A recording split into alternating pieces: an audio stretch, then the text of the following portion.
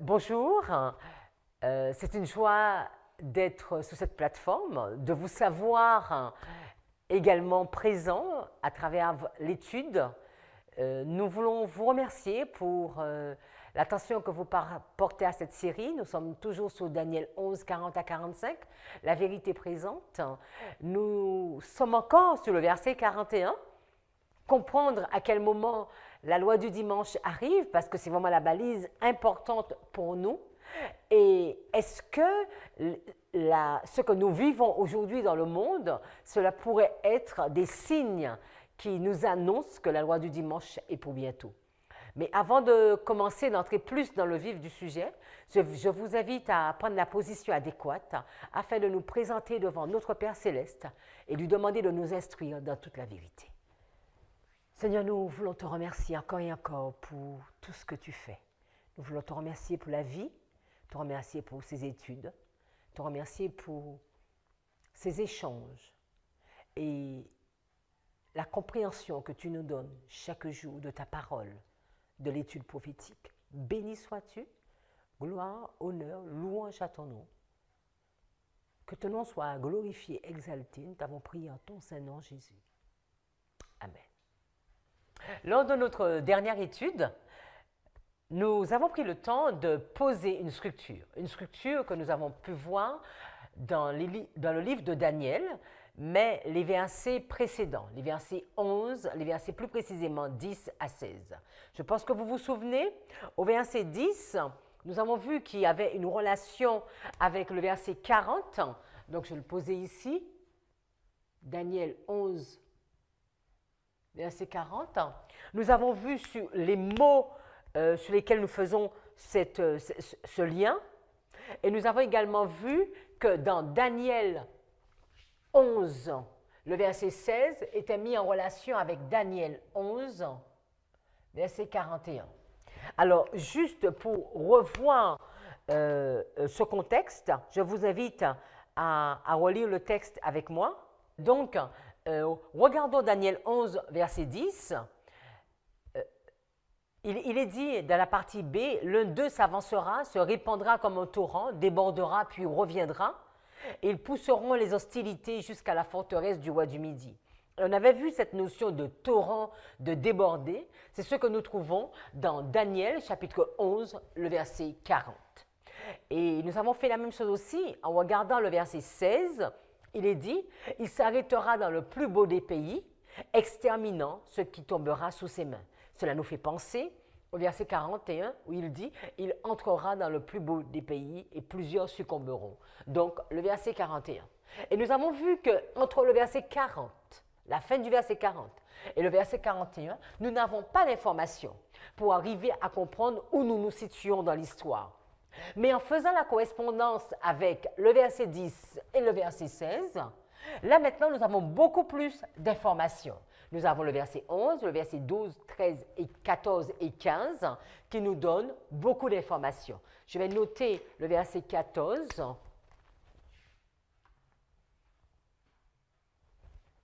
Alors, qu'est-ce que nous avons vu la dernière fois? Nous nous sommes arrêtés dans l'historique de ce texte, de ce qui s'est passé dans l'histoire, et nous avons pu voir qu'au verset 10, c'est le roi du Nord contre le roi du Sud. Il va avancer jusqu'à la forteresse du roi du Sud et le roi du Nord gagne. Donc ici, la Syrie qui gagnait contre l'Égypte. Après, on a vu le verset 11, le roi du Sud qui lève une grande armée, donc l'Égypte qui lève une grande armée. Le verset 12, le roi du Sud maintenant gagne, l'Égypte gagne. Donc au verset 13, nous avons vu le roi du Sud qui va remporter la victoire sur une grande multitude, mais nous avons également vu cette notion du peuple juif qui intervenait et la persécution du roi du Sud sur ce peuple juif. Le verset 14, c'est l'arrivée de Rome, et le verset 15, c'est le roi du Nord, donc Syrie, qui lève une grande armée et qui gagne. Au verset 16, le roi du Nord, donc maintenant c'est Rome, qui rentre dans le pays glorieux, dans la Palestine. Et donc, quand nous voyons ceci, nous pouvons comprendre, donc le verset 10, on avait dit c'était 1989, et le verset 16, c'est la loi du dimanche. Une fois que nous avons posé ça, nous voyons ici qu'il y a une bataille où le roi du Nord gagne. Donc, c'est Daniel 11, verset 40b, et que nous vous invitons à regarder dans les études précédentes. Daniel 11, 40, la partie B. Ici, le roi du Sud lève une grande armée et le roi du Sud gagne. C'est la même chose, c'est la même bataille. Donc ici, on va voir quelle bataille. Après, il va persécuter les Juifs. Et ici, le roi du Nord lève une grande armée et gagne. Donc ici également une bataille. Et quand on va les remplir. Donc ici, c'est la bataille de Raphia dans l'histoire. Et là, c'est la bataille de Panion. Donc, qu'est-ce qu'on voit qui sort comme structure? Il y a une bataille, il y a la bataille de Raphia, la bataille de Panion et rentrer dans le pays glorieux. Quand nous regardons un peu plus, nous allons voir qu'ici, il y a une période de paix.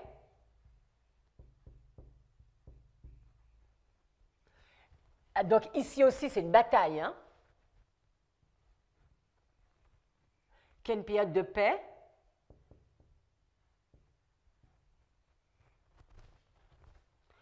Et aussi ici, il y a une période de paix. Vous vous souvenez de la Ligue juive? OK? Donc maintenant, la structure qui se dégage, bataille, paix, bataille, paix, bataille, paix, rentrer dans le pays glorieux. D'accord? Donc, bataille, paix, bataille, paix, bataille, paix, et je rentre dans le pays glorieux. Cette étude, elle est intéressante parce que, comme on a déjà dit, 89 est passé, nous sommes en 2022. Mais est-ce que nous plaçons le 2022 ici ou est-ce que nous plaçons le 2022 ici? Donc, c'est toute la question. Est-ce que je vais placer 2022 ici? Donc, un point d'interrogation. Ou est-ce que je vais placer 2022 ici? Toute cette étude que nous sommes en train de faire, c'est arriver à comprendre, est-ce que je suis dans la phase de paix? Est-ce que je suis à Raphia? Est-ce que je suis à cette paix? Est-ce que je suis à Panion? Est-ce que je suis ici? Nous voyons ce qui se passe avec le roi du Sud en Ukraine. Est-ce que cette bataille est vraiment présentée dans ces versets? Est-ce que c'est le roi du Sud qui soulève une grande armée? Est-ce que c'est ici?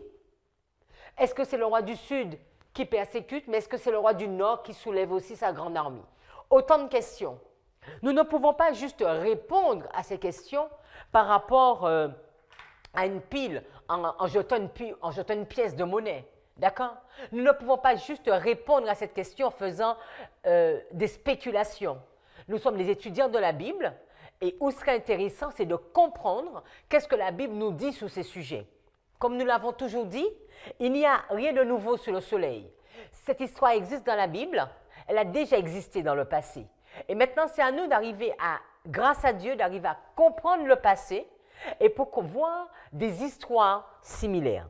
Et c'est dans ce sens que nous allons dans cette étude. Donc, Raphia, nous savions que c'est moins 219, 217. Moins 219 à moins 217. La Ligue juive, rentrer dans le pays glorieux, c'est moins 63. Panion, on peut placer Panion entre moins 202 moins 195.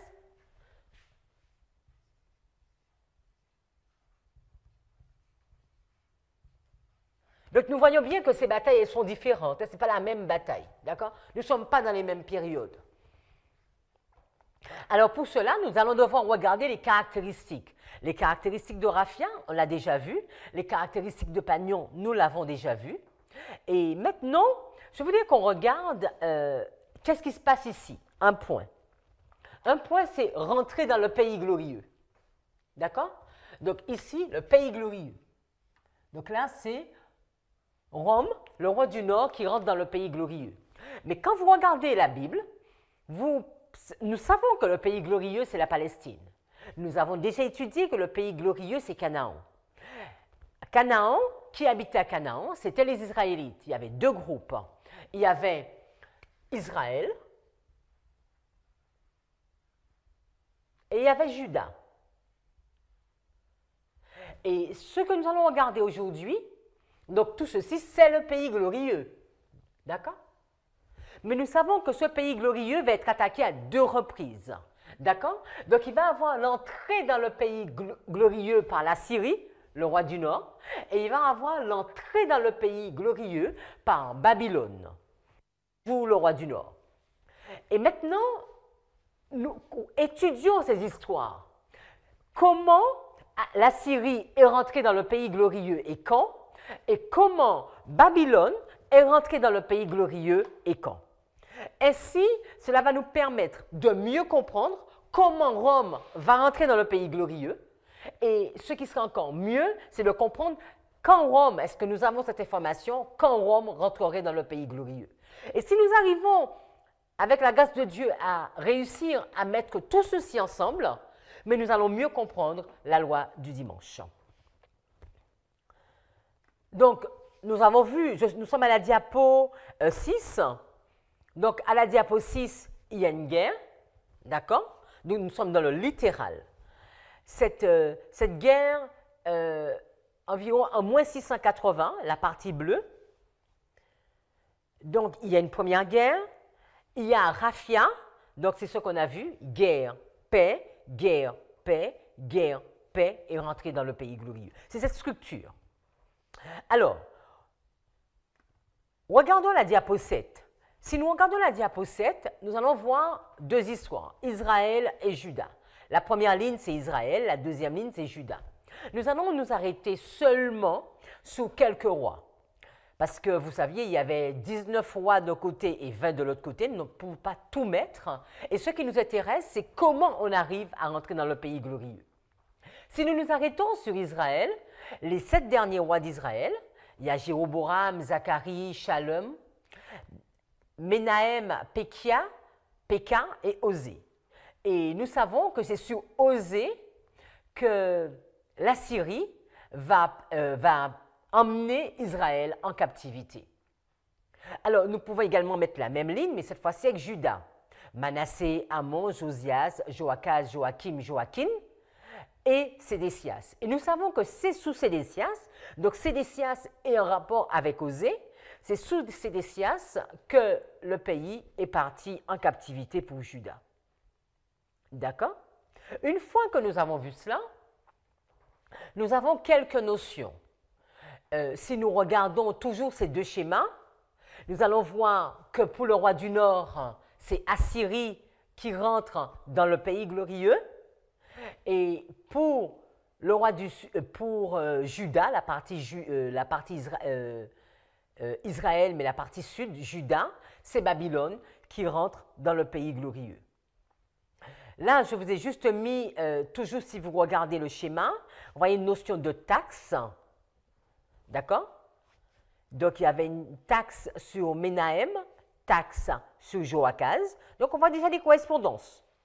Menahem, 4e roi, Joachaz, 4e parmi les 7 derniers rois. Et il y a une notion de taxe. Si nous regardons Pékin en relation avec Jéhoiakim, nous voyons que sous Pékin, il y a une partie du peuple qui part en captivité. De même, sous Joachim, il y a une partie du peuple qui part en captivité. Donc maintenant, on a des relations, mais entre la ligne d'Israël et la ligne de Juda. D'accord? Donc il y a taxe des deux côtés, départ en captivité en relation presque avec les mêmes rois, et la captivité totale sous Osée et sous Sédécias. Une fois que nous avons posé cette ligne, maintenant nous allons nous faire un plaisir d'entrer et de regarder chaque balise. Alors on avait vu qu'il y avait 7 balises pour Israël et 7 balises pour Juda. Les 7 derniers rois d'Israël et les 7 derniers rois de Juda. Donc nous allons regarder les 7 derniers rois d'Israël et nous allons essayer de retirer encore plus d'informations. D'accord?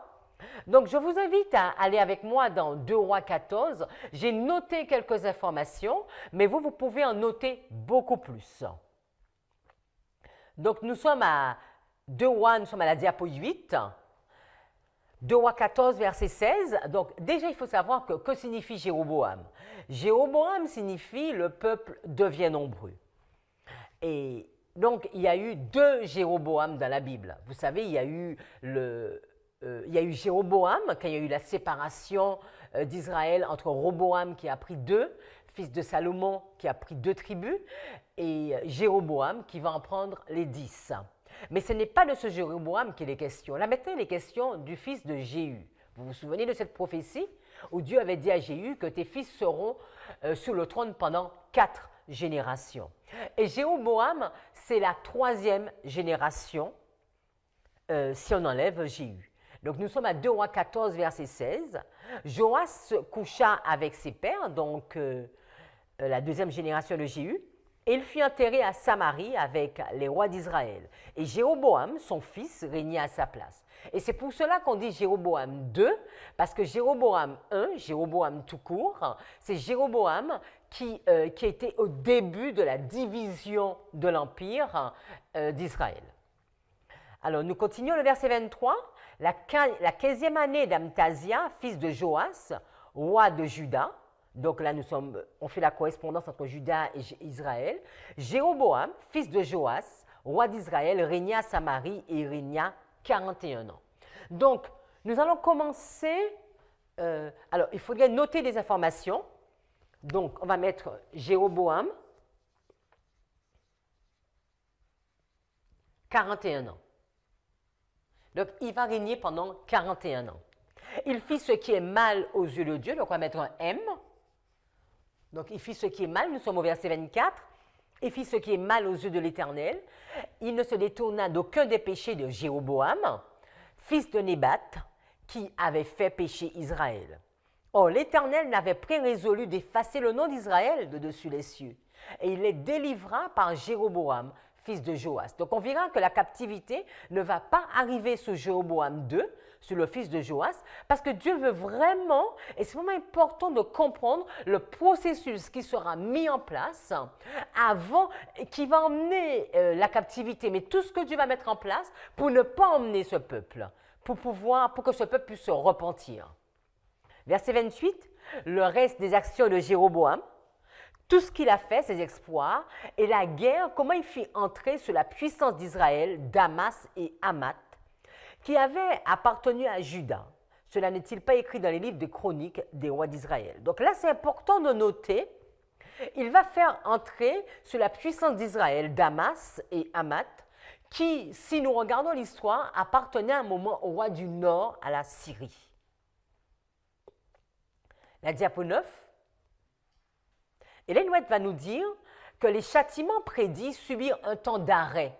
Et pendant un long règne de Jéroboam, parce que Jéroboam va régner pendant 41 ans, comme on a dit, les armées d'Israël remportèrent d'éclatantes victoires. Donc, il a noté qu'il y a plusieurs batailles ici sous Jéroboam, on ne va pas les retenir. Toutefois, ces succès éphémères n'apportèrent aucun changement dans le cœur des impénitents. Et finalement, Amos déclara, Jéroboam mourra par l'épée et Israël sera emmené captif loin de son pays. Alors après Jéroboam, nous pouvons noter Zacharie.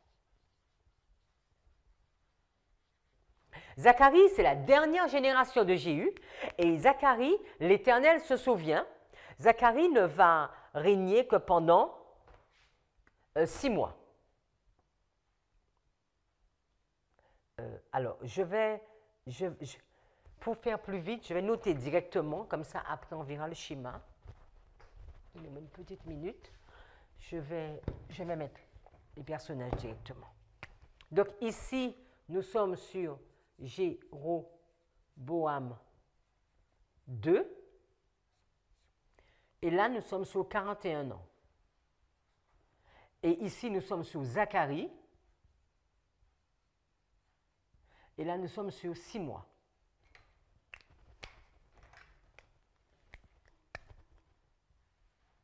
Et ici se terminent les 4 générations de Jéhu.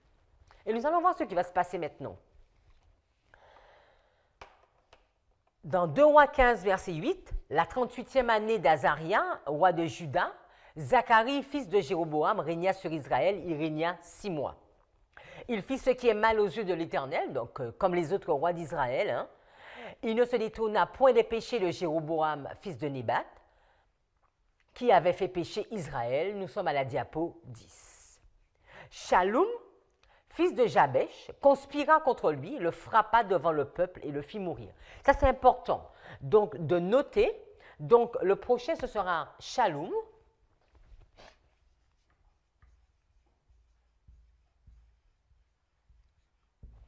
Et ici, c'est important de noter. Et ici, c'est important de noter que Shallum va tuer Zacharie. D'accord? Vous savez, souvent, c'était une génération où de père en fils, on était sous la royauté. Mais maintenant, Shallum, qui n'est pas un fils de Jéhu, il va tuer Zacharie, et il va prendre la place, et il va tuer Zacharie devant le peuple. Donc, donc là, je vais mettre devant le peuple.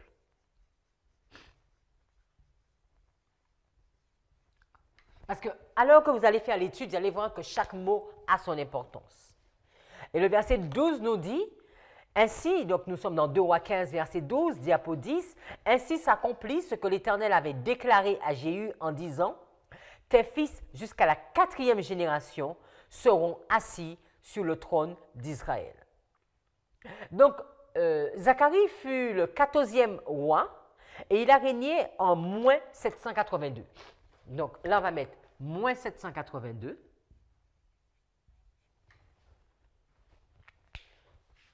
Et Jéroboam, lui, il avait régné entre moins 823 à moins 782. Donc, on va mettre moins 823, parce que vous allez comprendre que ça va se suivre après. D'accord? Alors, tout n'est pas tout à fait précis par rapport aux années, parce qu'en fonction,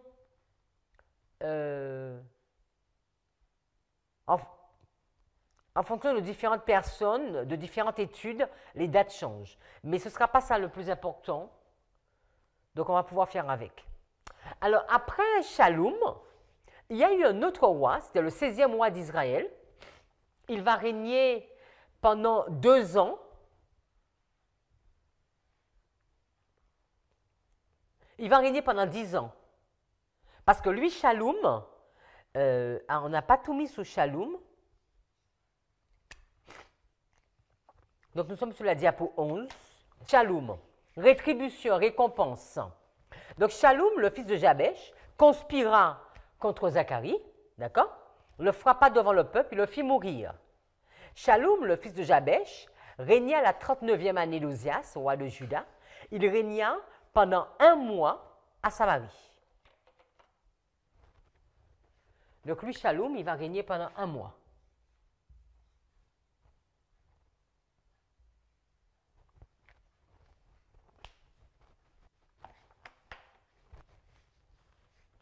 Ménahem, fils de Gadi, monta de Tirsta et vint à Samarie, frappa dans Samarie Shallum, le fils de Jabesh, et le fit mourir et régna à sa place. Donc maintenant, c'est Ménahem.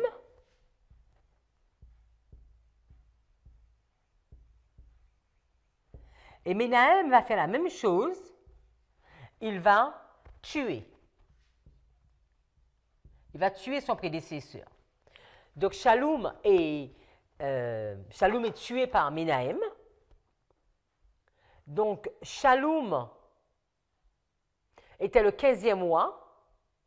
Donc en fonction, donc on va mettre qu'il était en moins 782.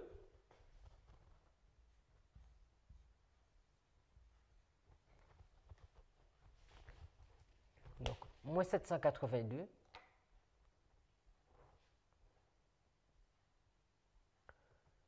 Alors, Ménahem. Ménahem veut dire consolateur. Et nous sommes dans 2 Rois, chapitre 15, et les versets 14 à 20. Donc Ménahem, c'était le 16e roi d'Israël. Et on va mettre qu'il va commencer en moins 780. Ça dépend, moins 780, moins 781. Mais comme je vous dis, les dates ne sont pas exactes, mais ce ne sera pas ça le plus important pour l'étude. Nous sommes à la diapo 12.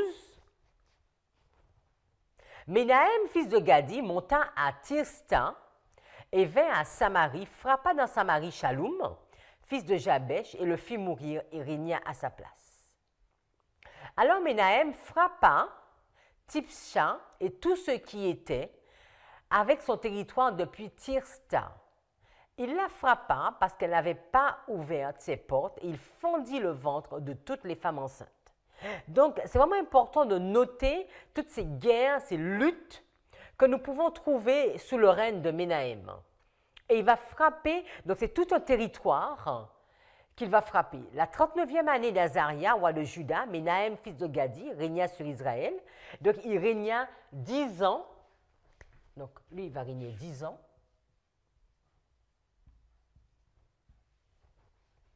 Il va régner 10 ans à Samarie. Il fit ce qui est mal, comme les autres, aux yeux de l'Éternel. Il ne se détourna point tant qu'il vécut des péchés de Jéroboam, fils de Nébat. Verset 19.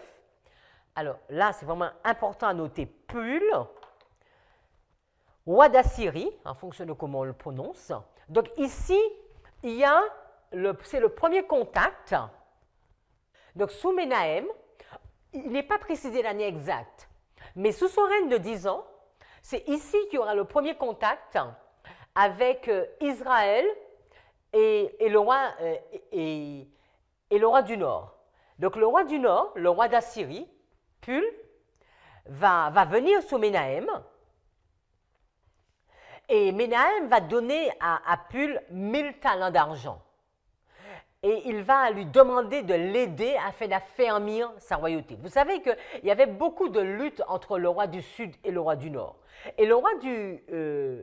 non. Il y avait beaucoup de conflits entre la partie sud d'Israël, Juda, et la partie nord d'Israël, donc Israël même. Donc il y avait des conflits internes. Et donc, Ménahem, le roi d'Israël, va demander à Pul, donc le roi d'Assyrie, de venir l'aider et d'affermir sa royauté entre ses mains. Et Ménahem va donner à Pul 1000 talents d'argent.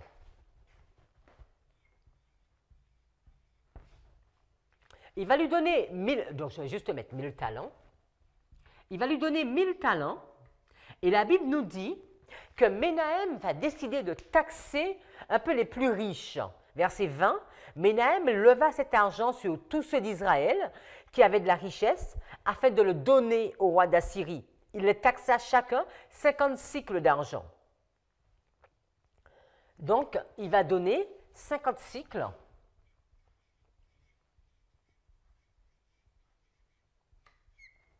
Donc, il va donner 1000 talents au roi du Nord.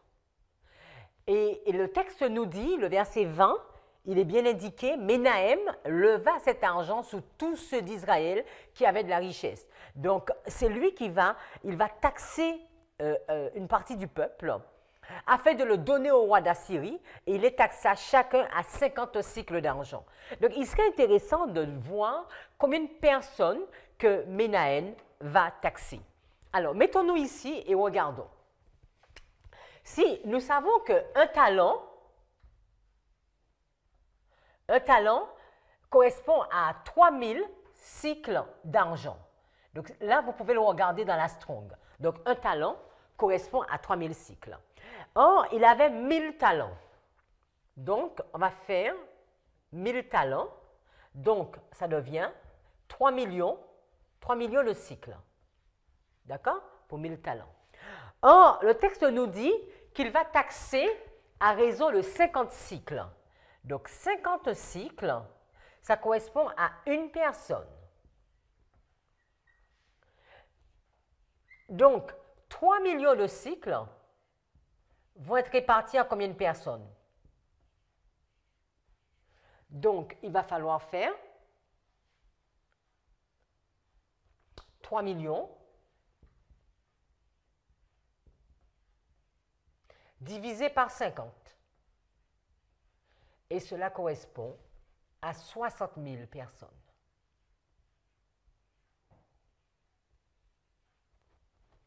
Donc voilà, donc il va taxer 60 000 personnes. Après, on verra qu'est-ce qu'on va faire de ce nombre. Mais pour l'instant, nous savons qu'il y a 60 000 personnes qui vont être taxées sous Menahem.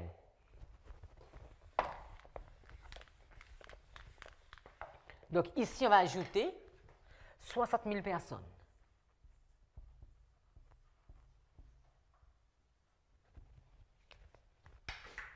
Donc, sous Menahem, donc là, nous sommes en train de vraiment noter les informations. Hein. Donc, on a vu Jéroboam, au moment où Jéroboam a régné, Zacharie 6 mois, Shaloum 1 mois, et ça commence à être intéressant pour comprendre avec Menahem. Donc, Menahem va régner 10 ans, mais Menahem, c'est lui qui va entrer, il y aura le contact avec le roi du Nord, d'accord? Le contact avec le roi du Nord, mais il y a une notion de taxe, d'accord? Il y a une notion de taxe, et qui sera répartie sur certaines personnes. Ellen White va nous dire, à la diapo 13, mais le roi et le peuple ne tinrent aucun compte de cette déclaration catégorique, tant ils étaient ancrés dans l'idolâtrie. Amatsia, l'un des chefs des prêtres de Béthel, saisi par les paroles que le prophète avait prononcées contre Israël et son roi, dit à Amos, « Homme à vision, va-t'en, fuis dans le pays de Juda, mange-y ton pain, et là tu prophétiseras.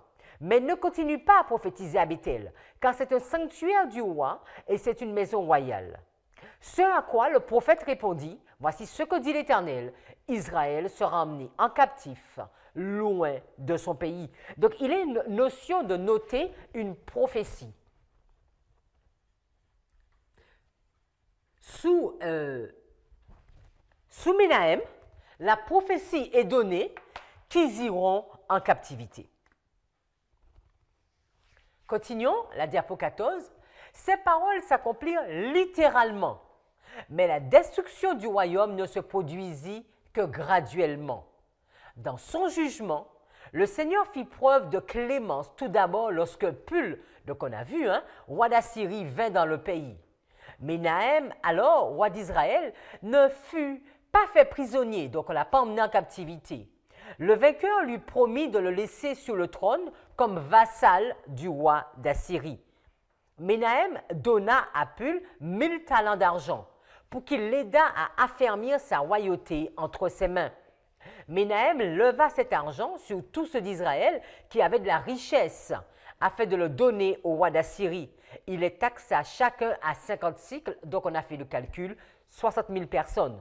Lorsque les Assyriens eurent soumis les 10 tribus d'Israël, ils s'en retournèrent dans leur pays pendant un certain temps.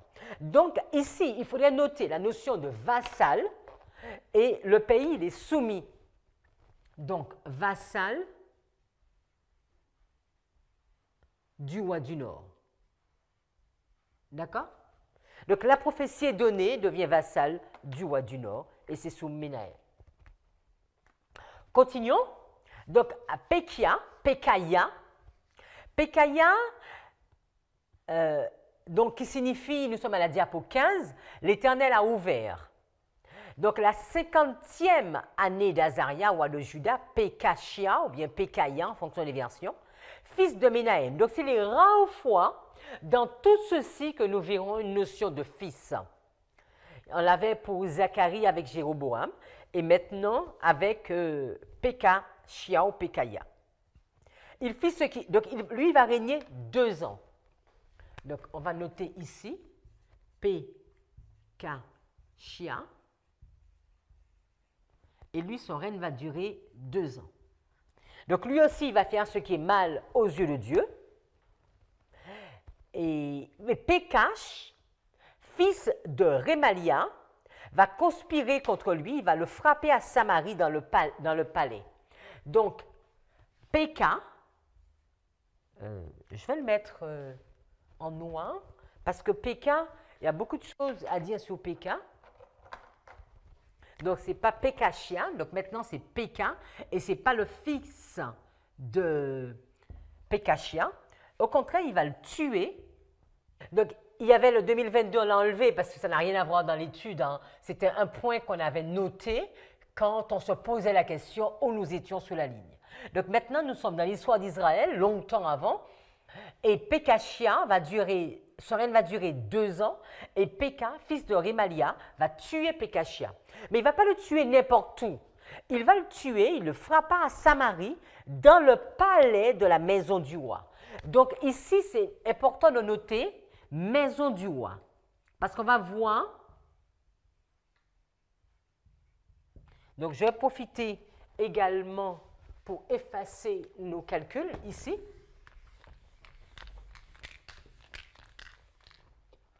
Donc, la maison du roi. Donc, il va tuer dans la maison du roi, dans le palais de la maison du roi. De même, Kaogob et Arié, il avait avec lui 50 ans, homme d'entre les fils des Galadites. Donc, il faut noter que c'est un officier. Donc, il est officier. C'est un officier de Pékachia.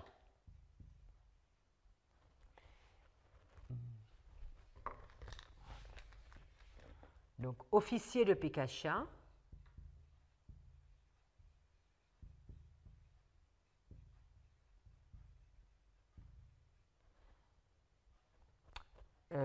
Et là, c'est dans la maison du roi. Donc, je vais tuer pour qu'on puisse comprendre. Donc, après Péka, donc nous arrivons à Osée, le dernier roi. Nous allons encore continuer à voir ce qui s'est passé sur Péka.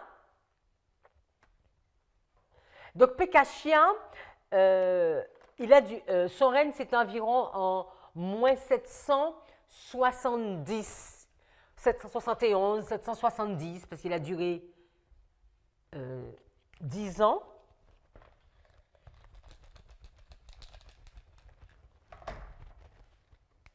Moins 770. Et là, nous sommes à moins 768.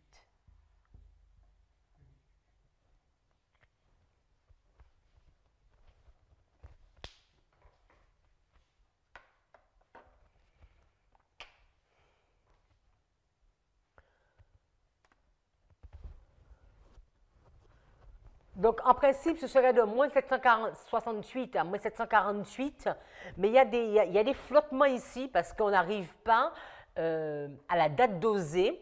Donc, c'est pas que je dis, ne regardons pas forcément par rapport aux dates, mais par rapport plus aux événements. Donc, que signifie Péka? Péka, c'est Dieu a ouvert les yeux. Nous sommes à la diapo 16. 2 Rois 15, verset 27, la 52e année d'Azaria, roi de Juda, Péka, fils de Rémalia, régna sur Israël à Samarie, et lui, il va régner 20 ans. Donc, lui va régner 20 ans. Donc, beaucoup de choses vont se passer sous son règne. Il fit ce qui est mal aux yeux de l'Éternel. Verset 29, du temps de Péka, roi d'Israël, de Tiglath-Pileser, roi d'Assyrie. Donc là, on a également un contact avec le roi du Nord. Donc, du temps de Péka, roi d'Assyrie, Tiglath-Pileser, roi d'Assyrie, vint et prit. Donc, il va prendre des territoires de la Galilée. Donc, ici, on aura roi du Nord. Et là, on aura la captivité. Une partie du peuple va partir en captivité. Le roi du Nord était déjà venu sur Ménahem. Il y avait une prophétie qui avait été annoncée. Il avait été demandé au peuple de revenir. On avait vu que rien de tout ceci ne s'était passé. Mais sous Ménahem, ils ne sont pas partis en captivité. Mais voilà, là maintenant, 20 ans plus tard, ils vont partir en captivité, en tout cas sous le règne de Péka. Ils vont partir en captivité en Assyrie. Donc là, ça c'est la première partie. Et Osée, fils d'Éla, va former une conspiration contre Péka, fils de Rémalia, et va également le tuer. Donc, Osée Donc lui aussi, il sera tué par Osée. Donc voilà, donc Pékin sera également tué par Osée. Donc c'est important de noter que sur Ménahem, il y a eu un premier contact avec le roi du Nord, mais sur Pékin, il y a également eu un contact avec le roi du Nord. Sous Ménahem, il y a une notion de taxe qui est imposée, et sur Pékin, il y a une notion de captivité. Donc on voit la progression. Alors regardons ce qu'Ellen White nous dit sur ce sujet, la diapo 17. Loin de se repentir du mal qui avait provoqué la ruine de son royaume, donc Ménahem, il ne s'est pas converti, ne s'est pas repenti, ne se détourna point des péchés de Jéroboam, fils de Nébat, qui avait fait pécher Israël. Et ses successeurs, donc Pékachia et Péka, firent aussi ce qui est mal aux yeux de l'Éternel. Et du temps de Péka, qui régna 20 ans, donc c'est ce qu'on a vu, sur Israël, Tiglath-Pileser, roi d'Assyrie, envahit le royaume et emmena en captivité dans son pays de nombreux habitants des tribus de la Galilée et de l'est du Jourdain. Donc il va emmener les Rubénites, les Gadites et la demi-tribu de Manassé, ainsi que les habitants de Galaad, de la Galilée et de tout le pays de Nephtali. Donc, il y a une notion, il faudrait voir qu'il y a une notion entre Ménahem et Péka.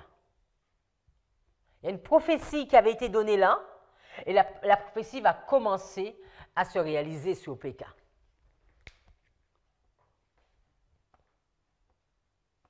Alors, regardons Osée. Donc, que signifie Osée? Oshéa, beaucoup le disent, salut, sauve. Alors, Osée, fils d'Éla, forma une conspiration contre Péka, ce qu'on a déjà vu, fils de Rimalia, le frappa et le fit mourir. Il régna à sa place la 20e année de Jotham, fils de Dosias. Et la 12e année d'Akaz, roi de Juda, Osée, fils d'Éla, régna sur Israël à Samarie, et lui, il va régner 9 ans. Donc, Osée, on va agrandir un peu.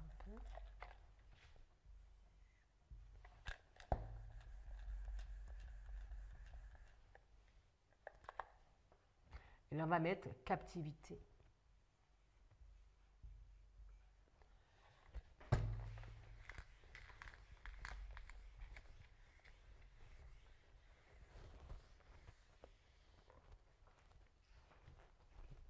Donc, Osée va régner 9 ans. Donc, Osée, on nous dit qu'il fit ce qui est mal aux yeux de l'Éternel, verset 2, mais non pas toutefois comme les rois d'Israël qui avaient été avec lui. Donc, et là, donc, on a vu qu'il y avait Poul qui était venu sur Ménahem. Vous vous souvenez? On a vu que sur Pékachia, il y avait Tiglath-Pileser. Et là, maintenant, il y a un nouveau roi du Nord qui va arriver sous Osée, à la personne de Salmanassar. Donc, ici aussi, il y a le roi du Nord. Donc, ce qui est important de noter, c'est que le roi du Nord n'arrive pas d'un seul coup. Il y a une progression.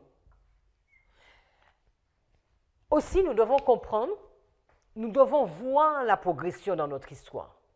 Si nous nous attendons à voir le premier contact avec le roi du Nord à la loi du dimanche, c'est déjà trop tard. Nous devons être capables de voir la progression, à quel moment, comment le roi du Nord rentre dans le pays glorieux. Parce qu'au début, il est rentré dans le pays glorieux à travers des taxes. Après, il est rentré dans le pays glorieux en emmenant une partie en captivité. Et à la fin, il va finir par emmener tout le pays glorieux chez lui. Donc Salmanassar, roi d'Assyrie, monta contre lui, et Osée lui fut assujetti, et lui, il va payer un tribut. Donc il y a une notion de taxe encore. Donc vous voyez, il y avait une notion de taxe ici, et là, sous Osée, on va passer à une notion de taxe aussi.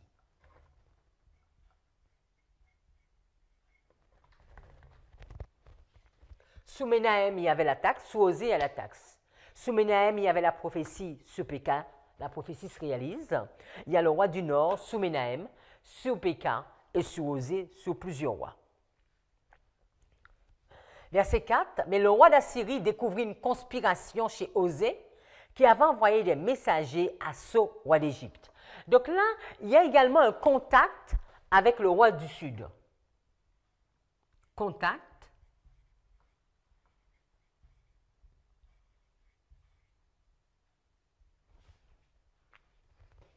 Un contact avec le roi du Sud.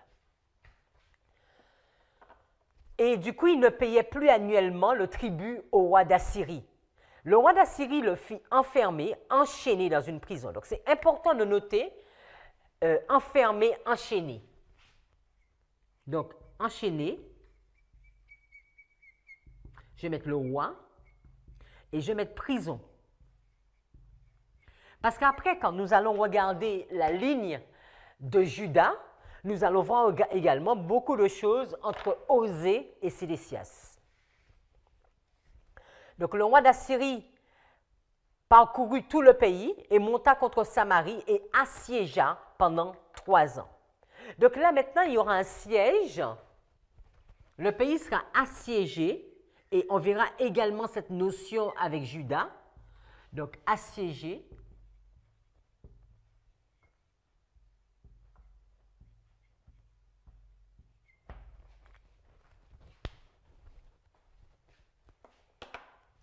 Donc, il assiégea pendant 3 ans. La 9e année d'Osée, le roi d'Assyrie prit Samarie et emmena Israël captif en Assyrie et les fit habiter à Shalash. Ellen White va également commenter sur ce sujet en nous disant, à la diapo 19, « Le royaume du Nord ne devait jamais se remettre de ce coup fatal. Le faible reste conserva cependant les formes de son gouvernement, bien qu'il ne possédait plus aucun pouvoir. Un roi seulement allait succéder à Péka, le roi Osée. Mais le royaume d'Israël serait bientôt rayé de la carte du monde, complètement détruit. Cependant, au cours de ces années de détresse, Dieu usa encore de miséricorde et offrit à son peuple une nouvelle occasion de se détourner de l'idolâtrie. Ça, c'est vraiment important de noter. Quand nous allons faire nos lignes, que même là, il va lui donner une nouvelle et offrir à son peuple une nouvelle occasion de se détourner de l'idolâtrie.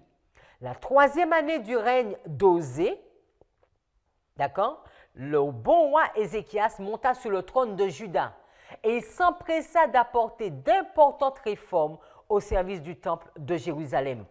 Donc, Ézéchias, il arrive, on nous dit la 3e année d'Osée. Donc, nous sommes là. Et encore ici, à la 3e année d'Osée, il y a un message pour ce peuple. Parce qu'il nous dit, et il offrit à son peuple une nouvelle occasion de se détourner de l'idolâtrie. La diapo 20, pendant la Pâque, on organisa une cérémonie où furent conviés non seulement les tribus de Juda et de Benjamin sur lesquelles régnait Ézéchias, mais aussi les tribus du royaume du Nord. Parce que vous savez que quand on regarde l'histoire d'Ézéchias et l'histoire d'Osée, ils sont rois au même moment. Et donc, Ézéchias, dans cette Pâque, va inviter le peuple du Nord qui a commencé à partir en captivité afin de revenir à l'Éternel. Et nous connaissons qu'ils vont se moquer, ils ne vont pas vouloir participer à cette Pâque. Mais aussi les tribus du royaume du Nord. Une publication fut faite dans tout Israël, depuis Beersheba jusqu'à Dan, pour que l'on vînt à Jérusalem célébrer la Pâque en l'honneur de l'Éternel, le Dieu d'Israël, car elle n'était plus célébrée par la multitude, comme il est écrit. Alors, nous allons nous arrêter ici pour l'histoire d'Israël.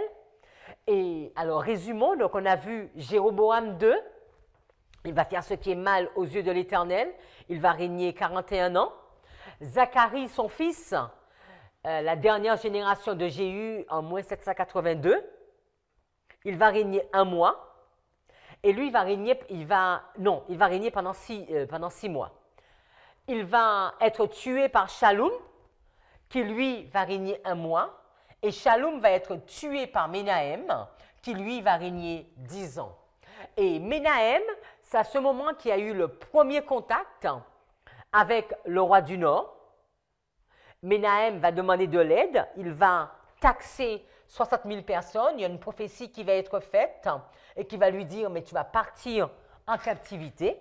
Donc là, il va partir jusque-là. Je vais effacer ici. Parce que c'est tout chevauche maintenant.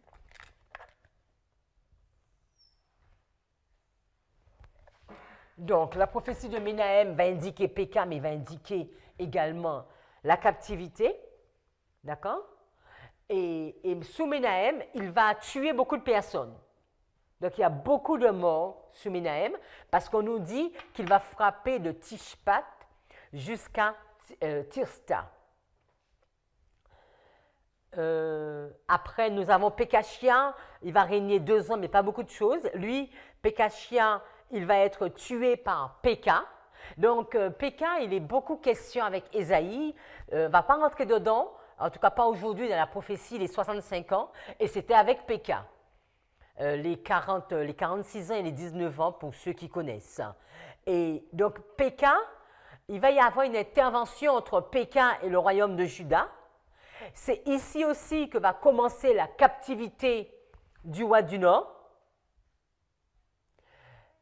Et Péka aussi va tuer plus de 120 000 personnes du royaume de Juda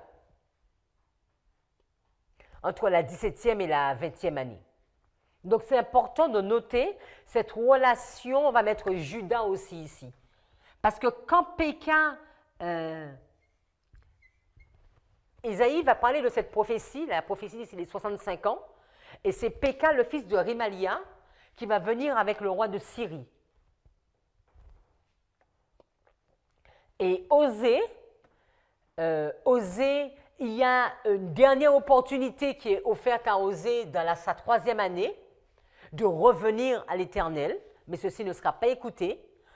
Et il y aura également un siège qui sera mis 3 ans. Donc, on voit les 3 ans, d'accord? Cette durée où Dieu, après, va interpeller son peuple et où le roi du Nord va assiéger le pays. Et Osée va également, alors que le peuple refuse de revenir à l'Éternel, mais le peuple va chercher de l'aide chez le roi du Sud.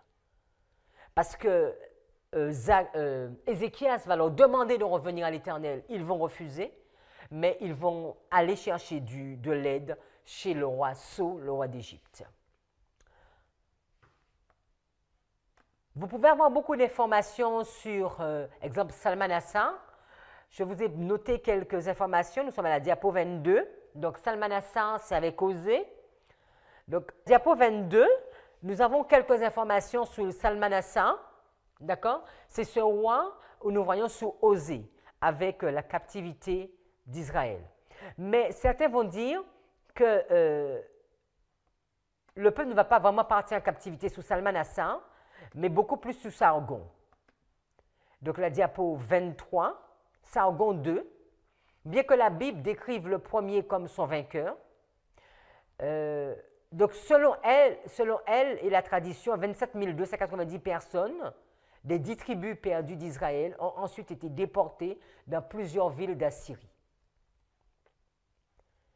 Donc pour plus d'informations, vous pouvez regarder sur Wikipédia. Donc ici s'arrête la ligne d'Israël. Alors ici nous avons vu la ligne d'Israël. Nous savons tous qu'Israël est parti en captivité sur Osée. D'accord? La 9e année d'Osée, Israël est parti en captivité. Dans cette étude, nous avons pris le temps de nous arrêter afin de comprendre à quel moment le roi du Nord rentre dans le pays glorieux. Nous avons vu Jéroboam II, le fils de Jéhu, 3e génération de Jéhu. Il a régné 41 ans. Ensuite, Zacharie, la 4e génération de Jéhu. Il va régner 6 mois. Zacharie va être tué par Shallum. Shallum, lui, il va régner juste 1 mois, pas beaucoup. Et Ménahem va tuer Shallum. Donc, c'est vraiment une histoire de je tue et je suis tué par. Et Ménahem va tuer Shallum. Et Ménahem va régner pendant 10 ans. Et pendant ce règne de Ménahem, il va tuer beaucoup de personnes, nous avons vu. Ménahem va faire de grandes batailles que la Bible nous en parle. Mais ce sur quoi nous voulons nous arrêter pour Ménahem, c'est le contact avec le roi du Nord. Ménahem va demander de l'aide au roi du Nord. Le roi du Nord va taxer le pays à raison de 1000 talents. Nous avons vu que 1000 talents, c'était 3 millions de cycles et qu'il va répartir. Ce n'est pas le roi du Nord qui va le répartir, c'est Ménahem qui va répartir cette charge sur les plus riches d'Israël à raison de 60 000 personnes. Une prophétie va être faite au temps de Ménahem en lui disant « mais toi tu vas mourir et le pays va partir en captivité ». C'est vrai qu'on ne voulait pas entendre le prophète et on lui demandait de ne pas prophétiser. Mais il va quand même prophétiser et dire à Ménahem « voici ce qui va t'arriver ». Israël va devenir le vassal du roi du Nord, sous Ménahem, et son fils va régner à sa place, à la personne de Pékachia. Pékachia va régner pendant 2 ans, et lui aussi, il va être tué par Péka. Péka, c'est celui que nous voyons intervenir dans la prophétie d'Ésaïe. Quand Ésaïe va nous parler des 65 ans, les 46 ans et les 19 ans, nous savons qu'il y a Péka, fils de Rémalia, qui rentre en contact avec Juda. Et Péka, fils de Rémalia, va tuer plus de 120 000 personnes de la tribu de Juda. Péka va régner pendant 20 ans. Et Péka également, il y aura le roi du Nord qui ne va plus venir pour aider, qui ne va plus juste passer, comme ce fut le cas de Ménahem, mais qui va rentrer et qui va emmener en captivité une grande partie du peuple. Nous nous souvenons que le prophète, il avait plaidé au temps de Ménahem afin que le peuple puisse revenir. Mais le peuple n'était pas revenu à l'Éternel. Le peuple n'est pas revenu sous Pékachia. Et sous Péka, le peuple va être contraint, une partie du peuple, de partir en captivité.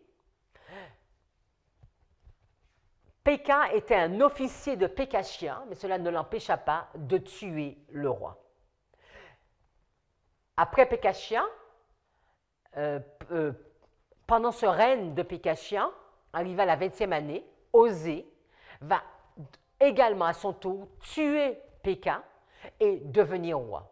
Et sur Osée, Dieu va encore susciter des prophètes qui vont interpeller le peuple d'Israël. Alors qu'une partie est déjà partie en captivité, Dieu ne veut pas, Dieu veut vraiment interpeller son peuple et qu'ils arrêtent l'idolâtrie. Ézéchias, quand il va commencer à régner, la première année d'Ézéchias, c'était la 3e année d'Osée. Et nous savons que Ézéchias va demander à ce que ce peuple revienne à l'Éternel, depuis Dan jusqu'à Beersheba.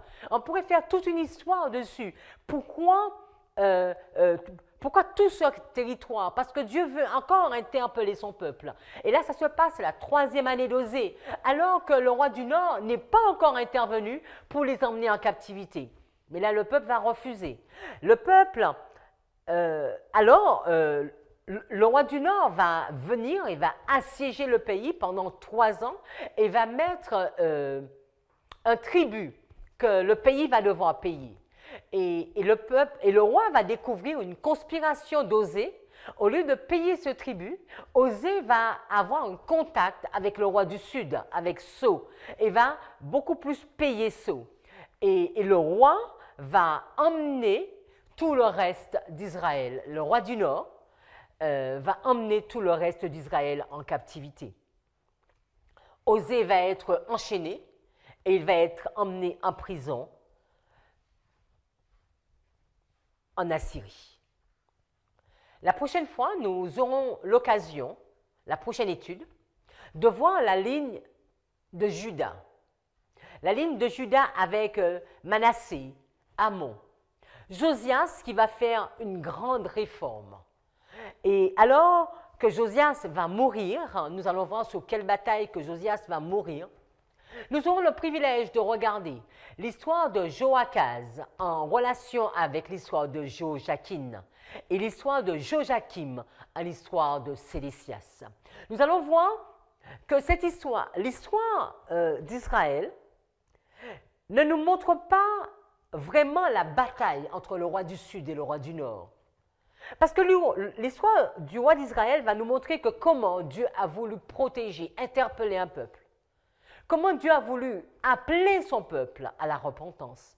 et que ce peuple a refusé et a préféré se confier dans le roi du Sud.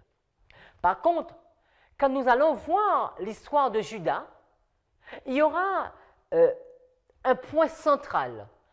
Et nous ne pouvons y passer outre. Le point central, c'est Josias. Josias va faire une grande réforme, va vraiment tourner le cœur de ce peuple vers Dieu. Mais malheureusement, le peuple ne va pas vouloir obéir. Et sous ces 4 derniers rois, qu'on pourrait comparer de Ménahem à Osée, Joachaz, Joachim, Joachim et Sédécias. Et nous allons voir que comment, sous ces 4 derniers rois, ce peuple va partir en captivité. Mais avant de continuer, je vous invite à prier avec moi. Seigneur, nous voulons te remercier pour cette étude que tu nous as accordée. Seigneur, nous voyons que tu nous ouvres ta parole. Il n'y a rien de nouveau sous le soleil. Ce qui était, c'est ce qui est, et c'est ce qui sera. Ton peuple est parti en captivité sous Osée. Ton peuple est parti en captivité sous Sédécias. Ton peuple est parti en captivité ou a été soumis à Rome en l'an 63. Et nous comprenons qu'arrivé dans notre histoire, tu nous dis dans Daniel 11, verset 41, que le roi du Nord rentrera de nouveau dans le pays glorieux et que beaucoup succomberont. Seigneur, merci pour toutes ces informations que tu nous amènes, pour toutes ces lumières, afin que nous puissions comprendre dans notre histoire où nous en sommes. Béni sois-tu. Nous t'avons prié en ton saint nom, Jésus. Amen.